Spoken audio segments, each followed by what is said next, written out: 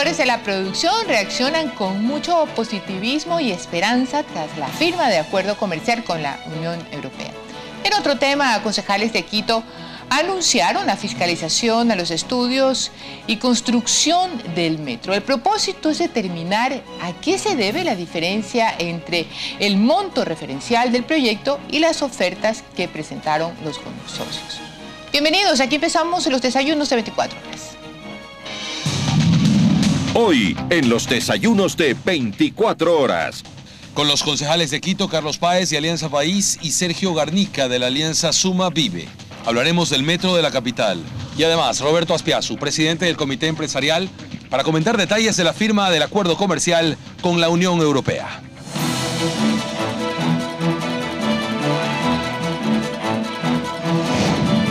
Aquí empiezan los desayunos de 24 horas. Con María Josefa Coronel.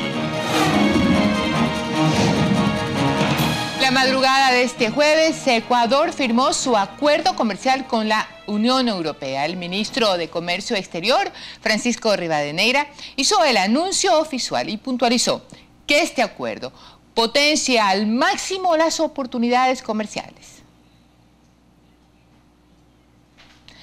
Tras el cierre del acuerdo comercial con la Unión Europea, se dieron reacciones en el Ecuador. Veamos.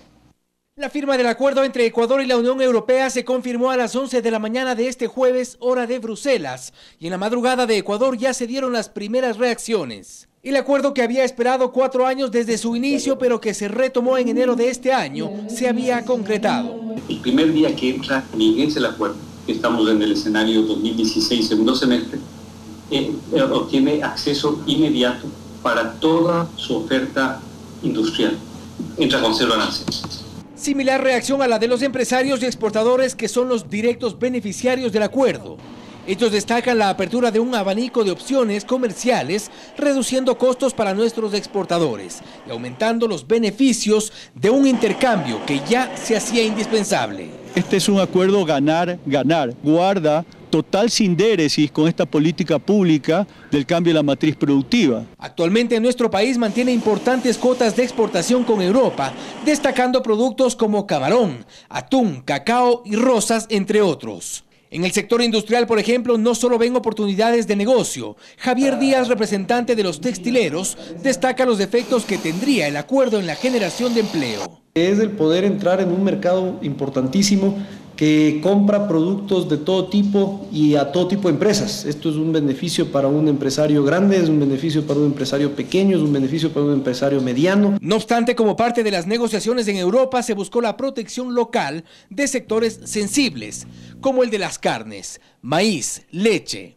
para evitar que los productores sufran con el ingreso de sus similares de Europa. Cuentan con un arsenal de herramientas o combinación de herramientas que nos permitirán defenderlas ante posibles embates de las importaciones europeas en el caso que se llegaran a dar. Lo cierto es que esta apertura comercial también trae una obligación para los productores nacionales. Habrá que ser competitivos. Los riesgos para el aparato productivo nacional son mínimos. No saber aprovechar sería el escenario negativo. Siendo optimistas, el acuerdo entraría en vigencia provisional en 2 años a partir de ahora, una vez que lo apruebe el Parlamento Europeo. Fausto Yepes, 24 horas. Para hablar más sobre los alcances del acuerdo comercial con la Unión Europea, nos acompaña Roberto Aspiazu, director ejecutivo del Comité Empresarial Ecuatoriano. Buenos días, Roberto, gracias por estar en los desayunos de 24 horas. Y la primera pregunta sería, después de la suscripción de este acuerdo, ¿cómo va a impactar en el Ecuador?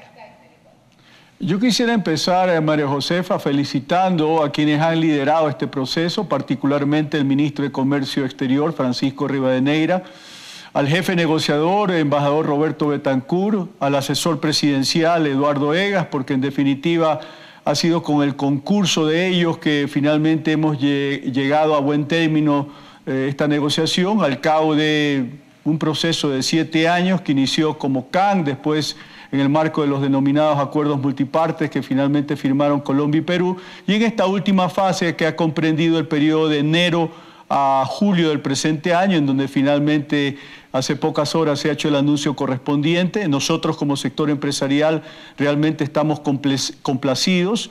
Es una política pública que apunta a lo que la propia Constitución de la República establece en términos de inserción inteligente en la economía global. Un país en vías de desarrollo pequeño como Ecuador no puede quedarse al margen de estos acuerdos interregionales que se vienen suscribiendo de una forma bastante dinámica. En América Latina y el Caribe destacar que México, Chile, Centroamérica, Colombia, Perú ya tienen acuerdo. Mercosur está bastante adelantado y probablemente en cuestión de meses, a más tardar el próximo año, va a tener también un acuerdo de asociación con la Unión Europea, porque yo creo que es muy importante también aclarar la naturaleza del acuerdo. No es meramente comercial, tiene también pilares de diálogo político y cooperación, y yo creo que en esos términos también se diferencia de lo que se ha denominado pues el TLC tradicional.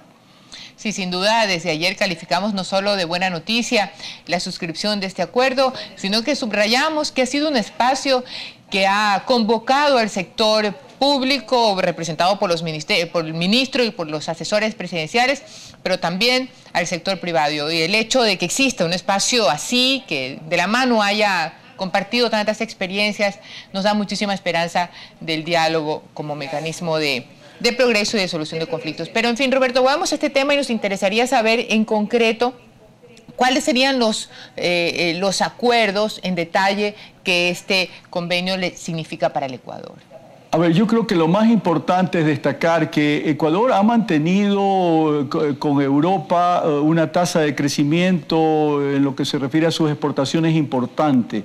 Durante la década pasada la media fue de 12% anual y eso se ha mantenido durante la presente década, con excepción del año 2012, que fue año de crisis en Europa, razón por la cual hubo entonces una disminución que ya se normalizó el año pasado, en donde el crecimiento estuvo en el orden de 17%, de manera tal de que nuestra previsión es que en base al acuerdo, a la seguridad, a la previsibilidad que este otorga a los distintos actores de la economía, principalmente a los sectores exportadores, evidentemente hay muchas inversiones que por A, B o C motivo estaban retrasadas a la espera de tener esta certidumbre que supone finalmente disponer de un acuerdo, que se van a comenzar a activar y en esos términos potenciar la capacidad de exportación del país, lograr tasas de crecimiento inclusive más importantes de las que estamos señalando, y todo esto relacionado con la posibilidad de generar plazas de trabajo. Es lo que finalmente está detrás de la decisión política de firmar el acuerdo comercial con la Unión Europea.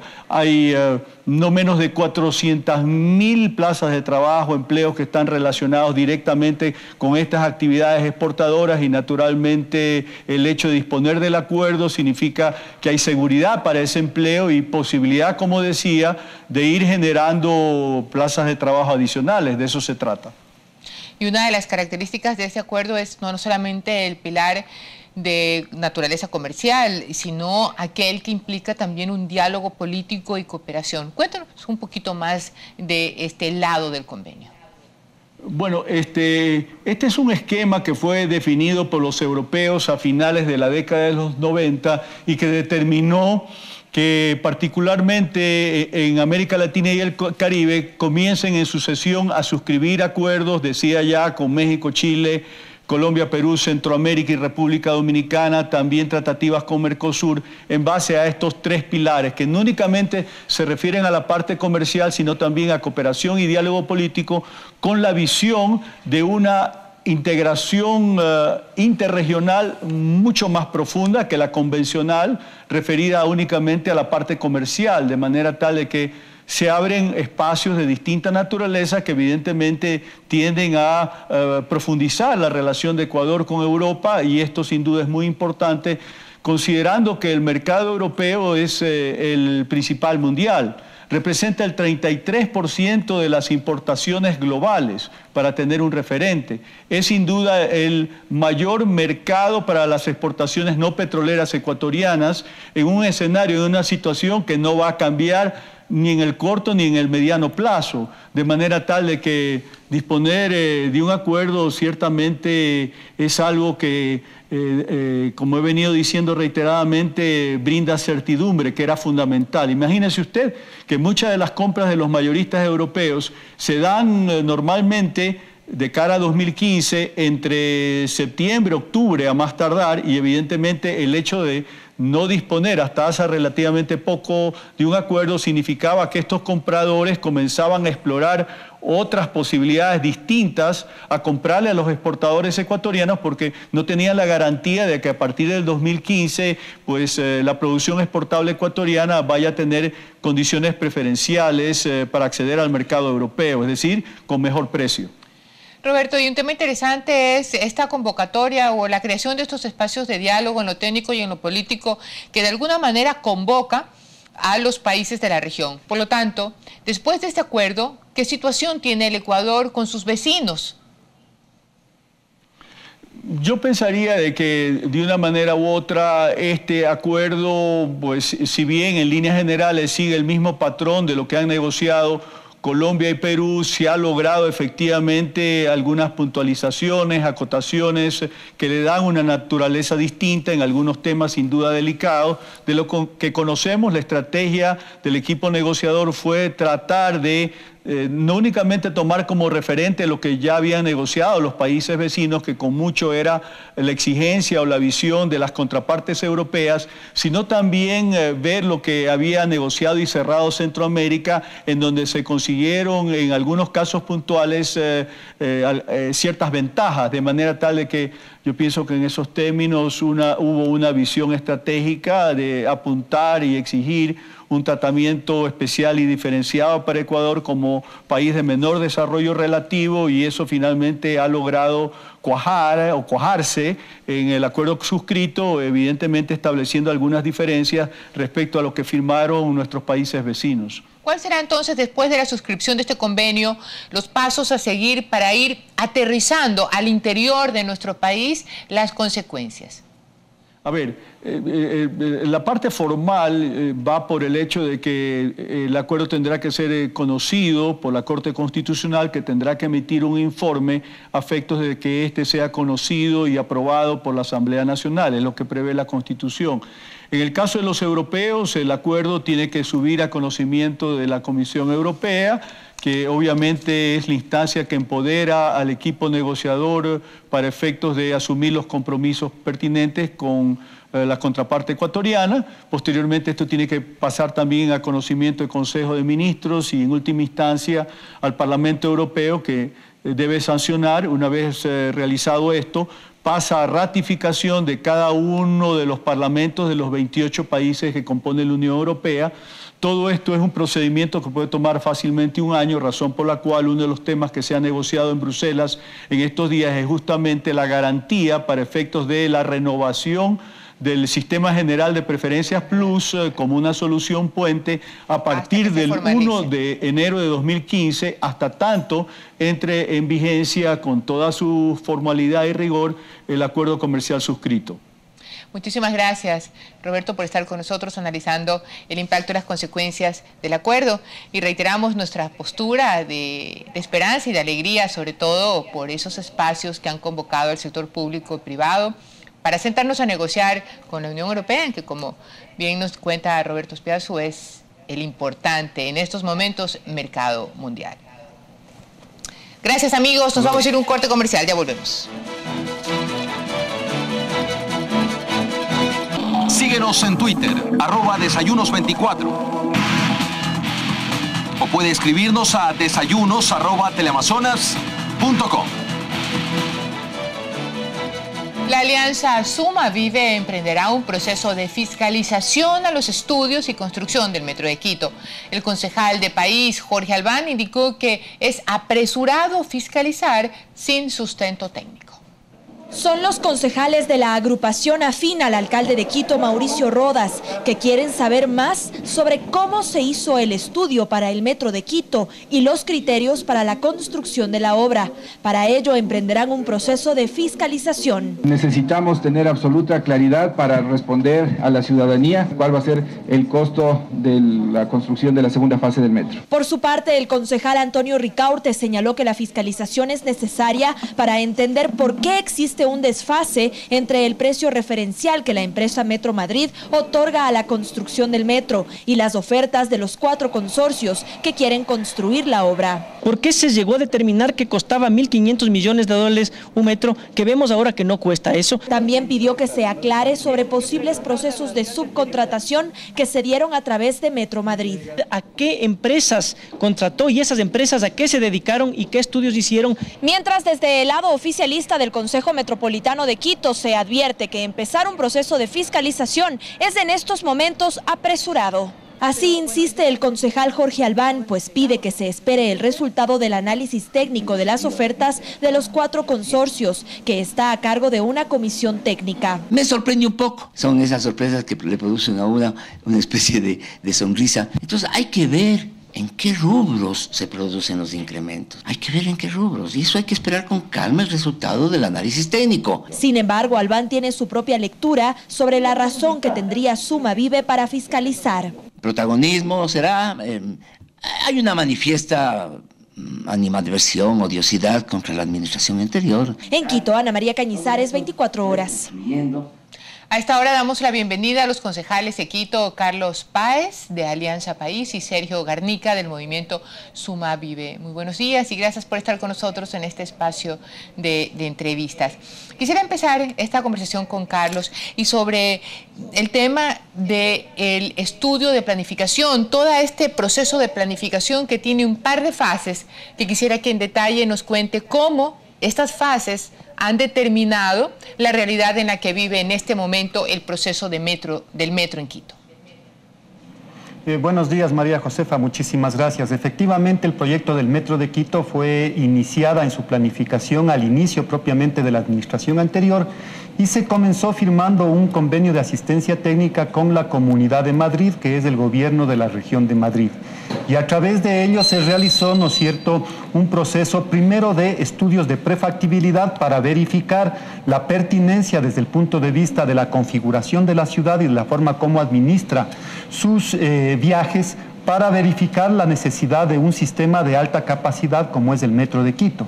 Esto lo realizó fundamentalmente la empresa Metro Madrid con el concurso de Madrid Infraestructuras, el Consorcio Regional de Transportes de Madrid, la Empresa Municipal de Transportes de Madrid, es decir, un conjunto de empresas públicas seguramente de las mejor valoradas y mejor calificadas en Europa, más aún por el éxito que había tenido esta ciudad en los últimos años.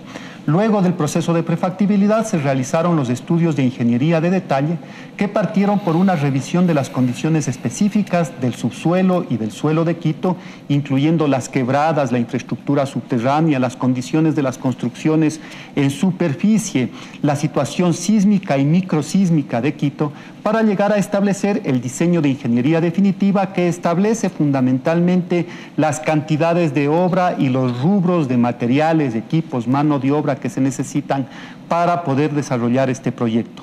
Sí. Con ello se construye lo que se llama un conjunto de precios unitarios cuya suma da el total. Así es como se realizó este esfuerzo a lo largo de más de 2 años. Estos documentos han sido públicos y están, por supuesto, a la disposición de cualquier ciudadano, más aún de las actuales autoridades, de tal manera de que se tenga absoluta claridad respecto a este, que es un proyecto fundamental para resolver los temas estructurales de movilidad de la ciudad y el futuro de su desarrollo urbano en las próximas décadas.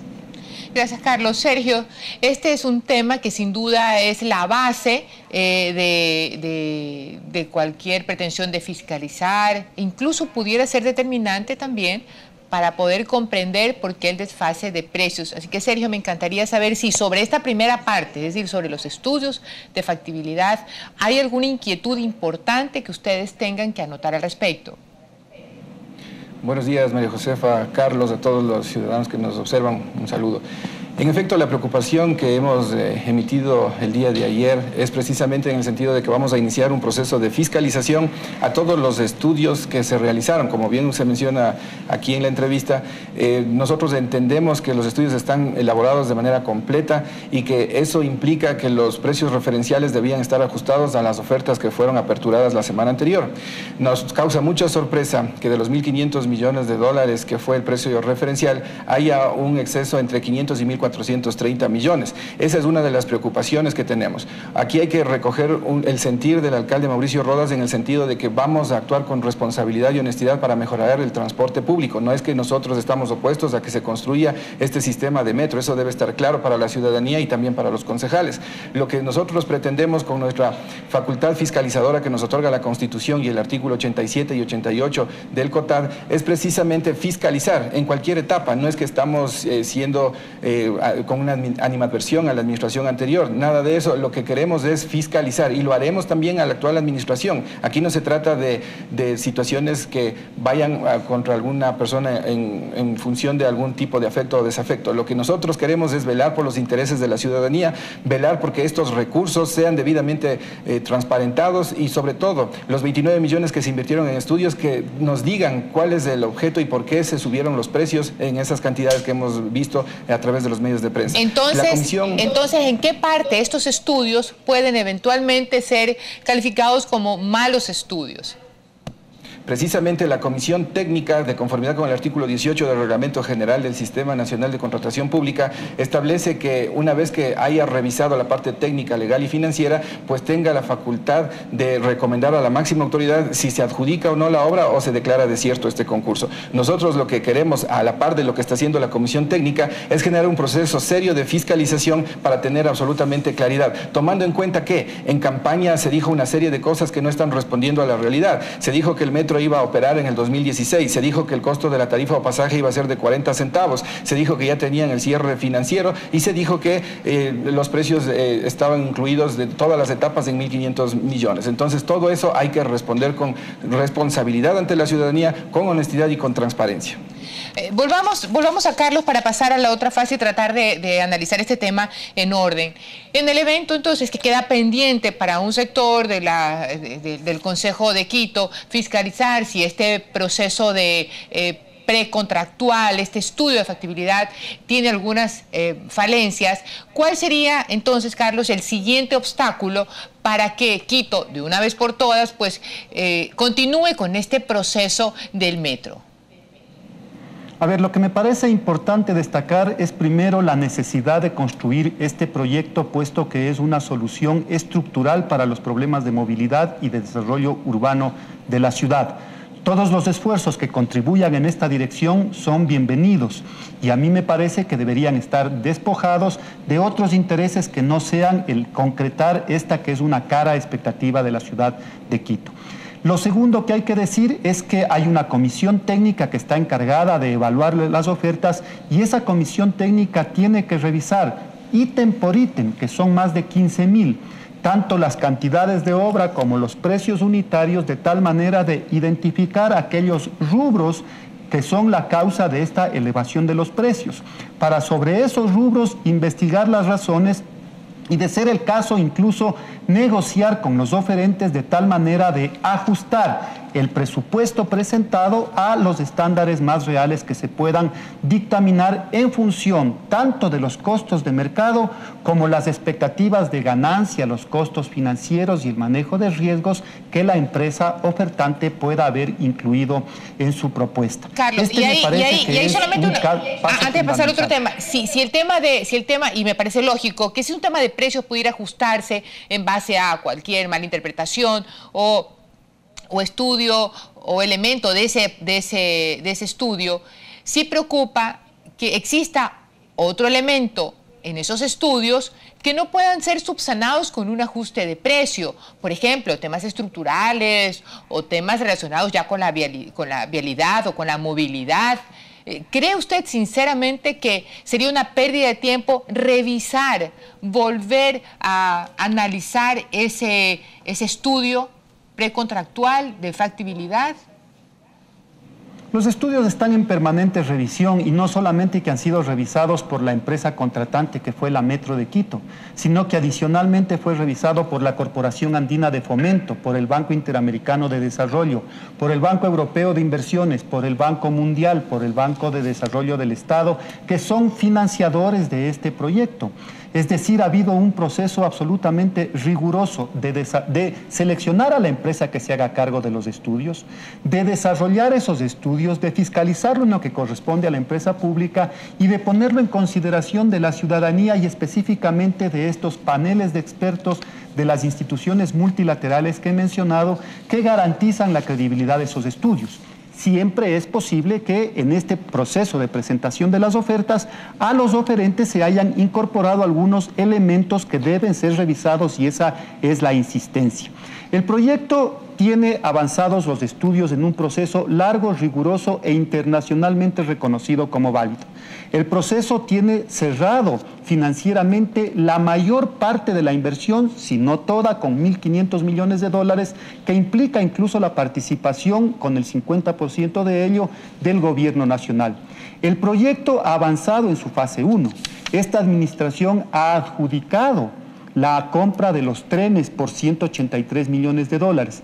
Es decir, hemos dado pasos fundamentales para concretar este proyecto y a mí me parece que es irresponsable con la ciudad crear un ambiente negativo para la ejecución de este contrato a nombre de denostar lo realizado en la administración anterior. Entonces, creo Sergio, que lo responsable es lo que estamos haciendo, María Josefa, que es siendo cautelosos y cuidadosamente técnicos en el detalle de la calificación de las ofertas, esperar que eso ocurra. Y si mientras tanto se quieren fiscalizar los procesos administrativos, es absolutamente bienvenido. Yo creo que eso alimenta el tema de la transparencia y lo que es más, y esto me parece importante, va a permitir que los concejales que se van a involucrar en esta tarea conozcan a detalle el enorme esfuerzo técnico y el profundo respaldo que existe atrás de esos estudios, de tal manera de que todos arrimemos el hombro para concretar esta aspiración de la ciudad. Gracias, Carlos. Entonces, Sergio, ¿cuál, a más de esta diferencia de precios, les preocupa? Si hay un contrato o hay un estudio calificado por algunas organizaciones internacionales, si pues hay una información al alcance de todos. Y sí, hay una diferencia de precios que se puede ajustar o se puede constantemente revisar. Aparte de eso, entonces, ¿cuál sería el otro obstáculo? Lo primero es la responsabilidad que tenemos como dignatarios de responder ante la ciudadanía, de generar todos estos ámbitos contractuales de manera transparente y de manera honesta.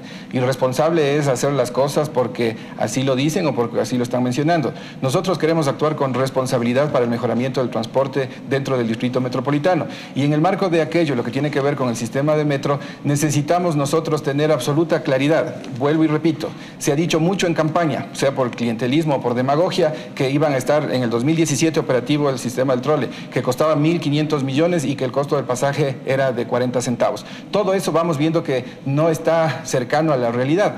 Aquí mismo se está manifestando y hay estudios que solventan todo el proyecto, el anteproyecto, los estudios geológicos, etcétera. Eso tiene que responder y por eso vamos a iniciar la fiscalización concreta a la consultoría de la empresa Metro Madrid, que costó a la ciudad capital 29 millones de dólares. Ese estudio debe reflejar lo que abonó con el precio referencial de los 1.500 millones de dólares. No queremos que al final se den sorpresas y que, sobre pretexto de que hay que reajustar precios en un 25% por obras que no estuvieran previstas, en un 10% por temas que también generaron obras de otra naturaleza y un 35% por contratos nuevos dentro del proceso, se sume o se le supere a un 70% de reajuste al final de la obra. Todo eso estamos precautelando y eso sí es ser responsable con la ciudadanía, responsable con los fondos que tenemos que manejar para que se diga a ciencia cierta cuánto es lo que va a invertirse, qué modalidad de contrato es y todo eso. Por eso es necesario que la ciudadanía conozca que la fiscalización va encaminada a transparentar toda la información y por sobre todo a proteger los intereses de la ciudadanía. Sí, se me acaba el tiempo y es un tema jurídico, sobre todo cuando se trata de contratación pública, establecer precios, hacer de manera correcta los términos de referencia y poder concretar dónde ha sido la falla. Entonces puede ser un elevado costo, estoy preguntando si es así, sobre ese estudio, el impacto que tenga en la tarifa, pero sobre todo también en el tema político, que lamentablemente las contrataciones públicas no se escapan escapan de eso si lo ofrecido solamente fue un discurso en campaña o en realidad. En todo caso, caballeros, realmente les agradezco muchísimo que estén aquí con nosotros, habiendo compartido este espacio, sobre todo porque ambos coinciden en lo importante que es contarle a la gente cómo se hacen las cosas y qué los motiva a darle a Quito este servicio de transporte que tanto se merece. Gracias por estar en los Desayunos de 24. Nos tenemos que ir a un corte, ya volvemos.